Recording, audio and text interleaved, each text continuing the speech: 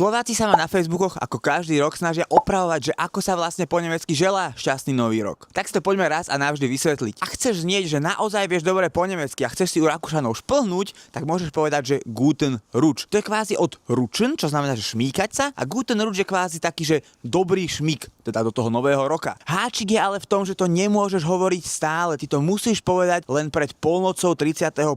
V podstate ešte keď sa ten šmík nestal. Nemôžeš želať šmík, keď sa ten šmík už stal, že jo? No a v momente, keď odbije polnoc a kvázi je 1., 2., 3. januára, tak už želáš klasický Frohes neues Jahr alebo Glückliches neues Jahr. Čiže keď sa pozrieme na tento koment, tak to vôbec nie je pravda. Každý jeden Nemec ti zaželá Glückliches alebo Frohes neues Jahr. Ale zaželá ti to až po polnoci, 1., 2., 3. alebo aj o 2. ráno na silvestrovskú noc. Ale takisto ti každý Nemec zaželá aj Guten Rutsch 29., 30., 31.